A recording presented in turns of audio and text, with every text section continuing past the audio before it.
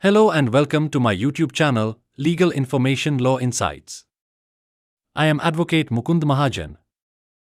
Today's topic is very important for everyone who wants to plan their estate carefully. What types of property can be given through a will? Understanding this helps avoid legal complications and ensures your assets go exactly where you want them. 1. Self-acquired property.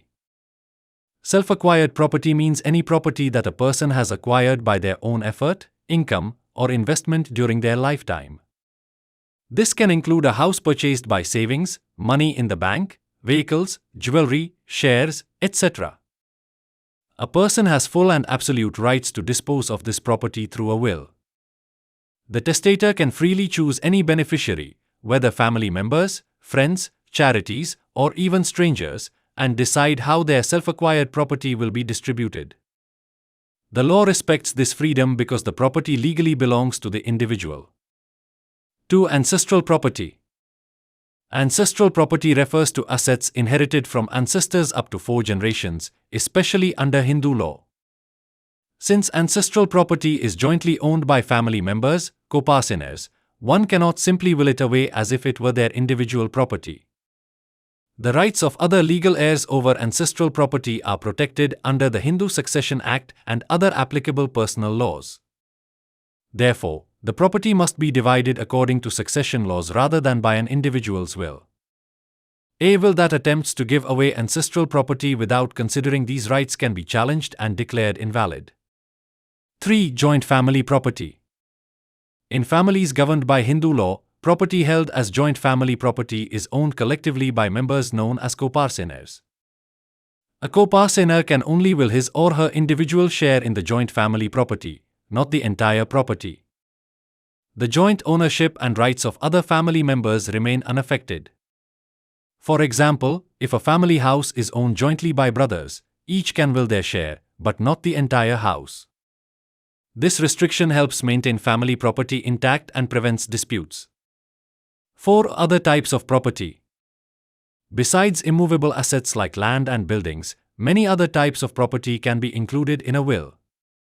This includes bank balances, fixed deposits, FDs, jewelry, vehicles, stocks and shares, insurance policies, and more. These are usually self-acquired or owned individually, so they can be freely disposed of by will. Remember to provide sufficient details like account numbers or policy numbers to avoid confusion or legal hurdles after death. 5. Digital assets and online accounts. With the growth of technology, digital assets have become important estate considerations.